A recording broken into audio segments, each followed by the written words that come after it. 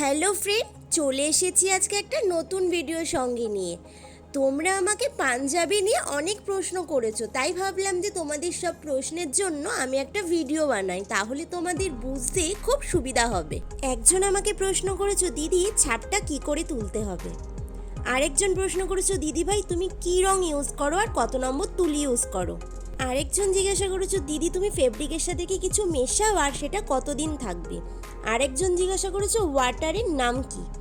আরেকজন বলেছো যে দিদি তুমি কালারের সাথে কি কোনো কিছু মেশানো হয় ফিক্সড করার জন্য। চলো তোমাদের প্রত্যেকের প্রশ্নের উত্তর আজকে আমি ভিডিওর মাধ্যমে দেব। দেখো, সবার প্রথমে আমি যেই রংটা ইউজ করি সেটা তোমাদের সাথে শেয়ার করলাম।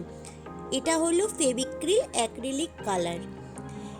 এই কালারটার দাম একদম কম, দেখো 25 টাকা এমআরপি আছে, কোনো দোকানে 22 টাকা, কোনো দোকানে 23 টাকা নিয়ে থাকে। এটা বিভিন্ন ধরনের কালারের হয়। এগুলো তুমি যে কোনো দোকান থেকে এক একটা করে সিঙ্গেলও কিনতে পারো, আবার পুরো 12টা একসাথে করে পাওয়া যায় কৌটোতে, সেটাও তুমি সেট কিনতে পারো।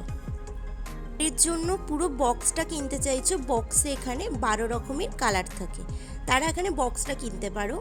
আর যদি কেউ সিঙ্গেল কিনবে ভাবছো তাহলে সিঙ্গেলও কিনতে পারো।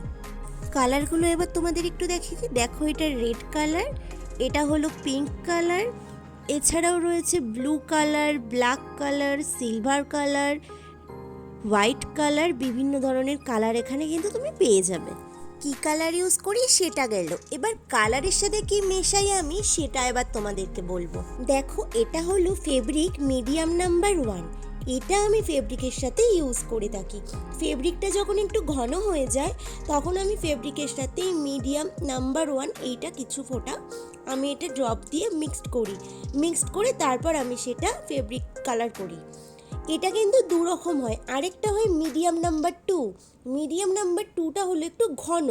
তুমি যদি তোমার কালারটাকে আরও ঘন করতে চাও তখন তুমি মিডিয়াম নাম্বার 2টা ইউজ করতে পারো, কিন্তু আমি এই মিডিয়াম নাম্বার 1টাই ইউজ করি, কারণ ফেব্রিকটা একটু ঘন থাকে, তাই সেটাকে পাতলা করার জন্য আমরা এই মিডিয়াম নাম্বার 1টা ইউজ করে থাকি।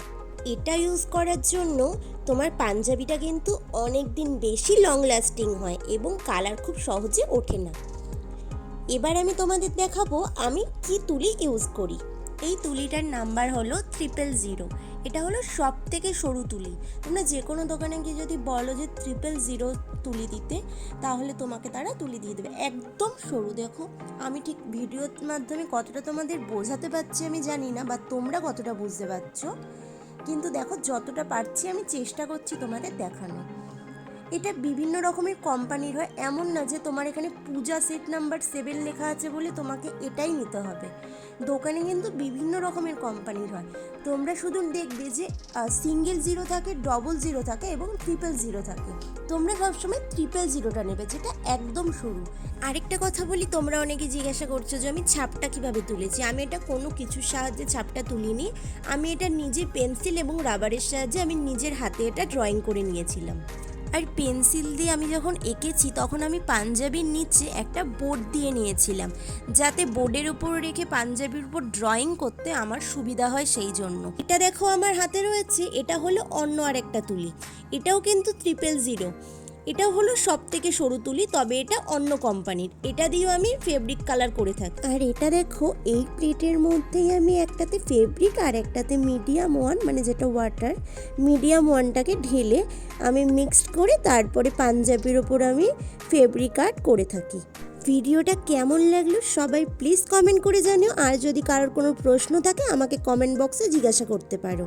আর যদি ভালো লাগে please like, comment, share and নতুন নতুন ভিডিও পাওয়ার জন্য চ্যানেলটা সাবস্ক্রাইব করে পাশে থেকো। Thank you.